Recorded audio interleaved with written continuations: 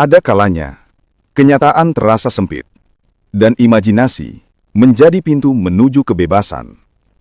Bersama saya, masaroy.com, inilah Podcast Imajinasi, ruang tanpa batas di mana setiap kata membuka dimensi baru, dan setiap cerita menghidupkan dunia yang berbeda. Halo pendengar setia Podcast Imajinasi. Kali ini kita kedatangan tamu yang cukup unik. Katanya sih punya sejuta rahasia di balik senyumannya. Bukan artis, bukan politikus, tapi buaya darat. Selamat datang Mas Buaya. Terima kasih masaroy.com sudah mengundang saya di Podcast Imajinasi. Jangan takut dulu ya, saya datang bukan buat menerkam, tapi buat cerita. Nah, itu dia.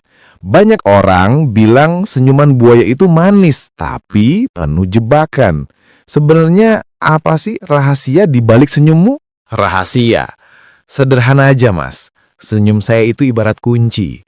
Dengan senyum, orang jadi luluh, percaya, bahkan kadang baper. Padahal di balik itu, ya saya lagi cari peluang. Waduh, jadi bener dong kalau buaya darat itu jagonya bikin orang terjebak perasaan. Begitulah. Tapi jujur, itu juga capek. Main hati terlalu banyak bikin saya kehilangan orang yang bener-bener tulus. Itu sisi gelap yang jarang orang tahu.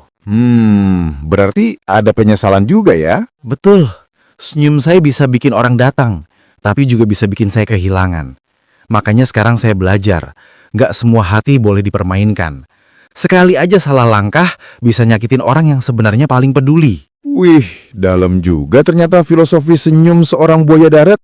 Jadi, apa pesanmu buat para pendengar Podcast Imajinasi? Senyum itu memang indah, tapi jangan sampai jadi topeng buat menyakiti orang lain.